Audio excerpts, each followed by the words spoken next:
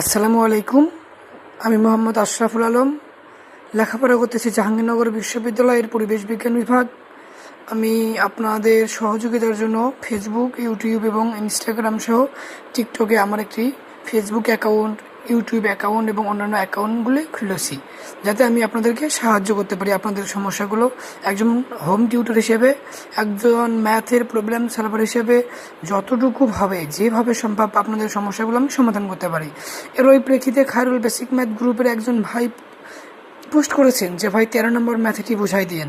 তো আমি আপনার জন্য এই ম্যাথটি সমাধান করে মেনশন করে আপনাকে পাঠাই দিব, যে লেখা আছে কোনো শিবিরে 285 জন সদস্যের জন্য প্রত্যেক দিন 650 গ্রাম হিসেবে 40 দিনের খাবার মজুদ আছে। এখন বলছে জন প্রতি যদি আমরা 500 গ্রাম হিসেবে ওই খাদ্য 60 দিন চালাতে চাই, তাহলে শিবির হতে কতজন সদস্য অন্যত্র বাড়াতে হবে।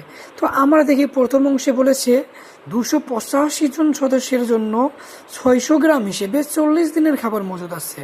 তো তাহলে আমরা লিখতে পারি, যেহেতু আমাদেরকে মানুষের সংখ্যা বের করতে হবে, এই জন্য আমরা প্রথম সমীকরণে ম্যানের সংখ্যাটা লাস্টে রাখলাম।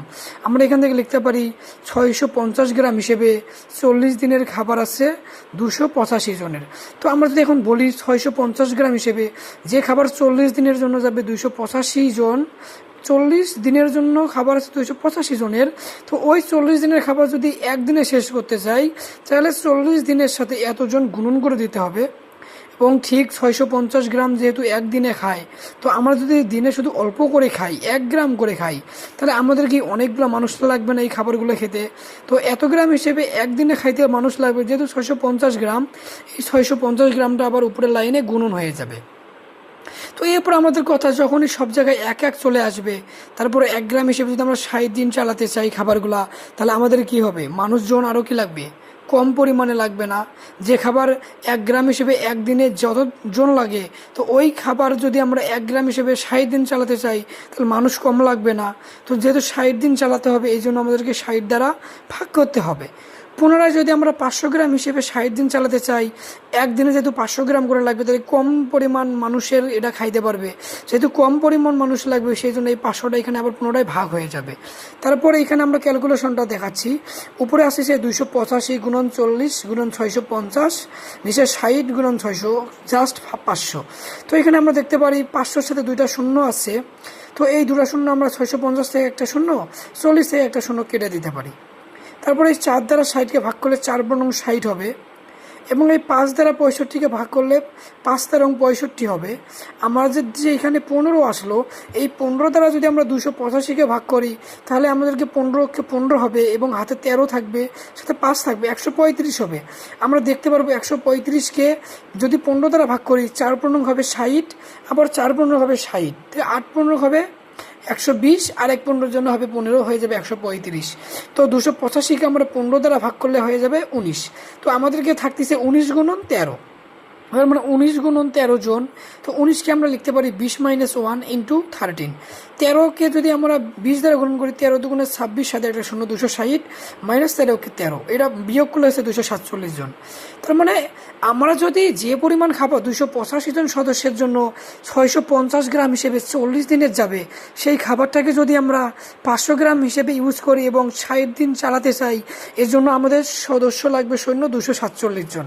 বাট আমাদের মানে সদস্য আছে 285 জন, তাহলে আমাদের কি করতে হবে, সৈন্য সংখ্যা কমাতে হবে। তাহলে কত কমাতে হবে, প্রাথমিক অবস্থায় 285 জন থেকে যতজনে চলবে 247, এইটা বিয়োগ করলে আমরা পেয়ে যাচ্ছি 38 জন।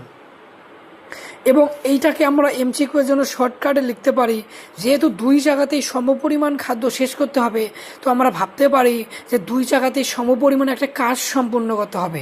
সো W1 = W2 হবে। তো প্রথম কাজ সম্পন্ন করবে কারা, 285 জন সদস্য হিসেবে 650 গ্রাম করে 40 দিন খাইতে পারবে।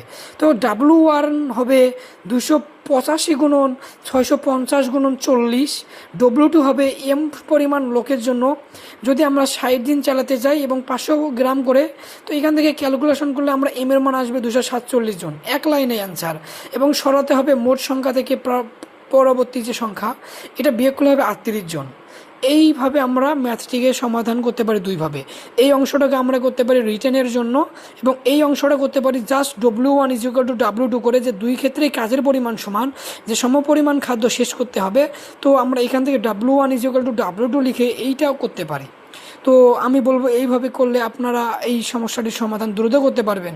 এবং আমি চাইবো আপনারা যদি কোনো এরপরেও সমস্যা থাকে আপনারা প্রশ্ন মেনশন করবেন আমাকে মেসেঞ্জারে, ইউটিউবে অথবা জিমেইলে। আমি ইনশাল্লাহ আমার পক্ষ থেকে আপনাদেরকে সমাধান করে দেওয়ার জন্য চেষ্টা করব।